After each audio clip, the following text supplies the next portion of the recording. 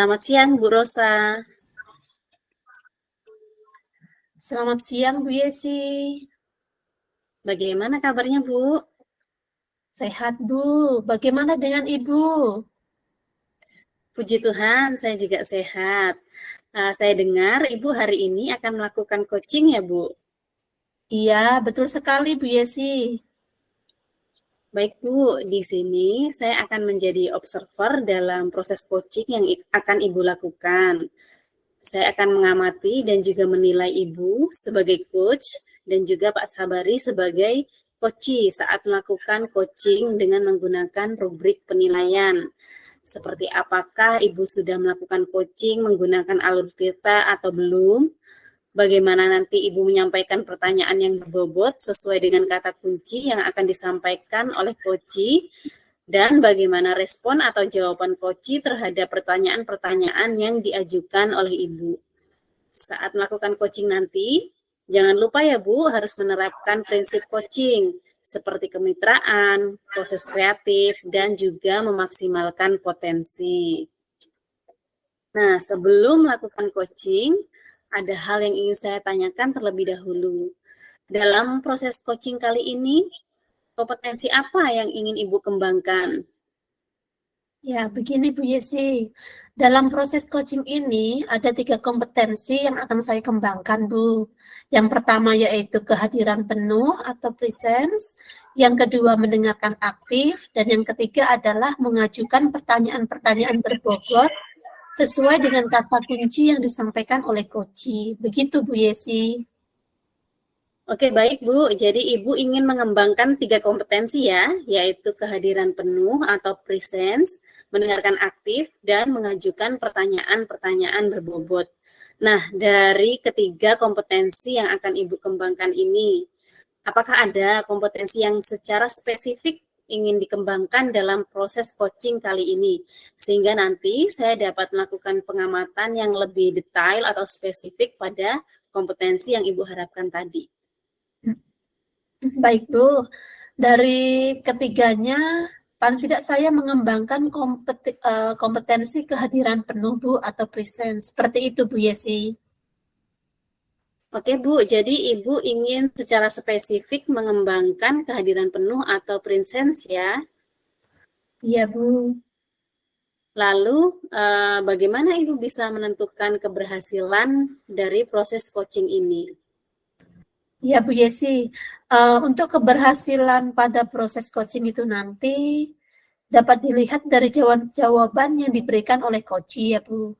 Apakah ia bisa mencari solusi atas permasalahan yang ia hadapi, dan juga bagaimana coachee itu nanti mengungkapkan rencana aksi atau tindak lanjut yang akan ia lakukan setelah proses coaching. Begitu Bu Yesi. Oke Bu, terima kasih atas jawabannya. Selamat melakukan coaching, semoga dapat berjalan dengan lancar ya Bu. Nanti setelah proses coaching Ibu selesai, kita akan mengobrol kembali ya Bu. Baik Bu Yesi, terima kasih Bu Yesi. Sama-sama Ibu.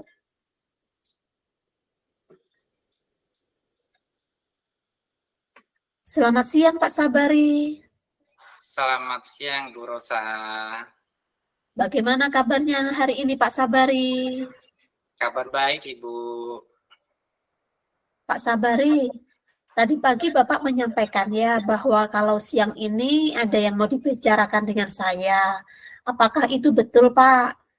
Betul Bu. Pak Sabari mau membicarakan apa ya Pak? Atau ada masalah apa begitu? Iya Bu, saya ada permasalahan di sekolah. Ada beberapa guru yang masih menghukum siswanya yang tidak mengerjakan tugas Bu. Seperti diminta berlari keliling lapangan, padahal kan bukan pelajaran olahraga Bu. Ada juga yang meminta siswanya membersihkan WC atau ruang guru, padahal tugas yang tidak dikerjakan adalah tugas matematika Bu.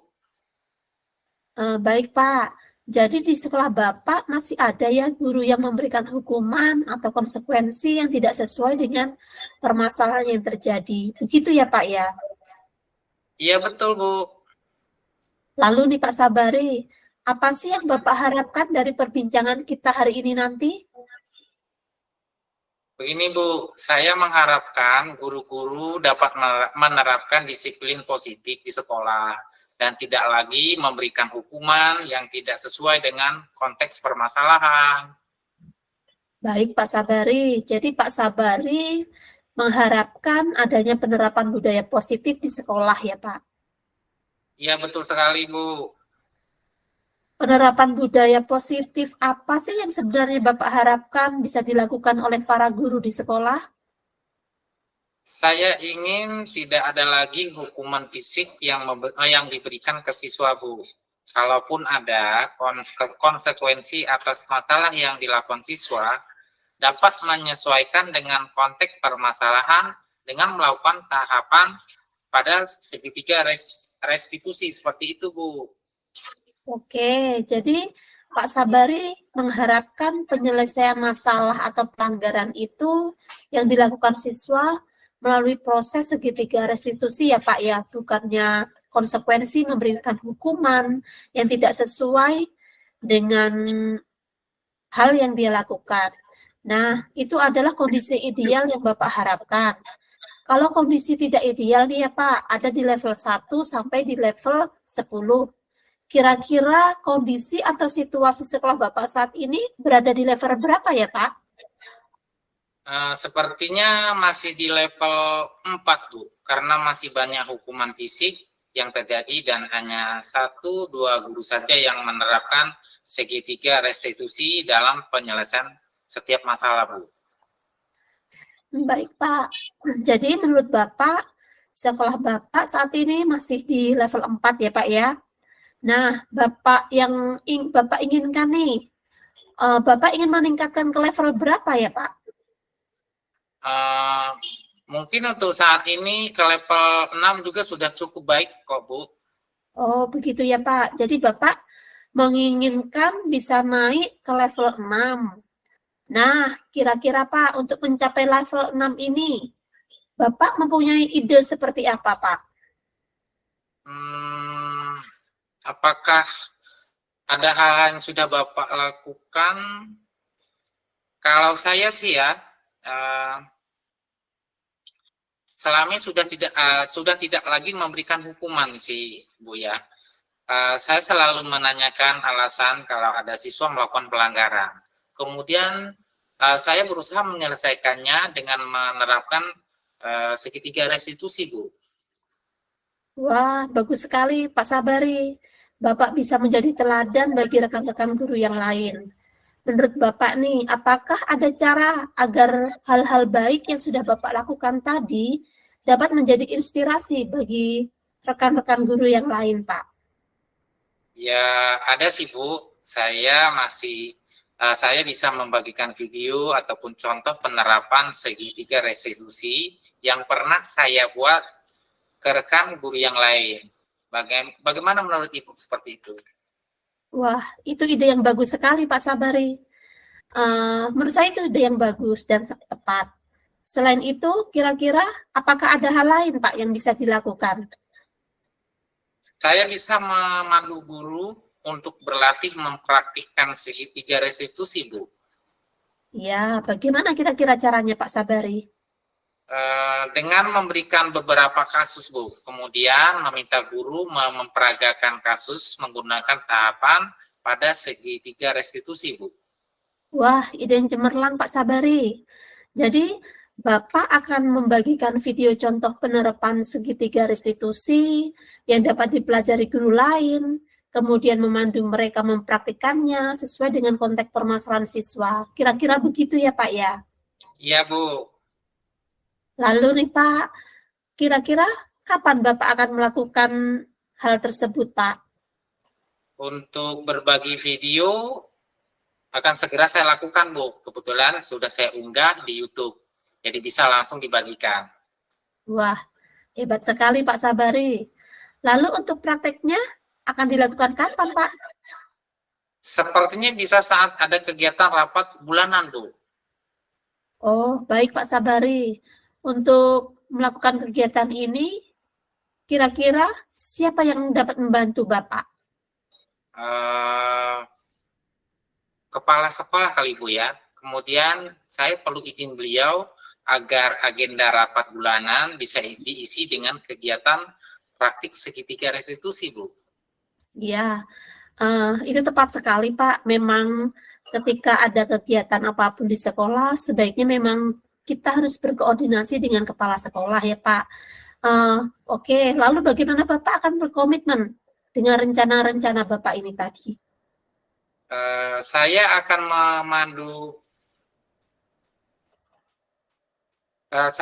memandu praktik restitusi, kemudian membantu guru lain, kemudian apalagi ya Bu ya? Selain itu saya juga akan terus mengingatkan guru untuk tidak melakukan hukuman fisik. Kemudian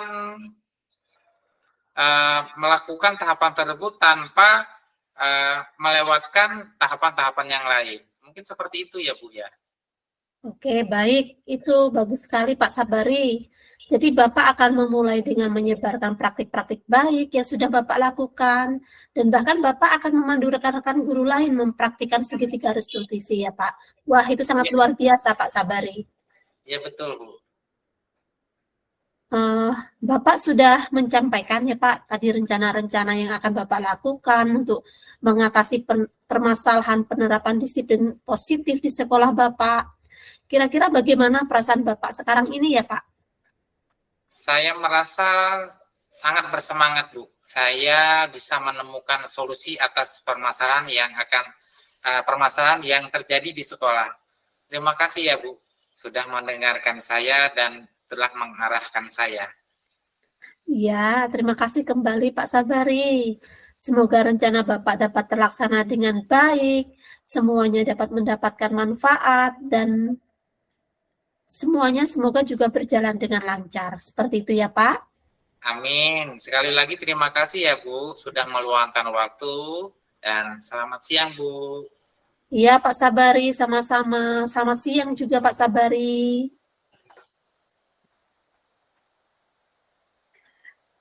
Baik, Bu Rosa, tadi sudah selesai melakukan kegiatan coaching ya.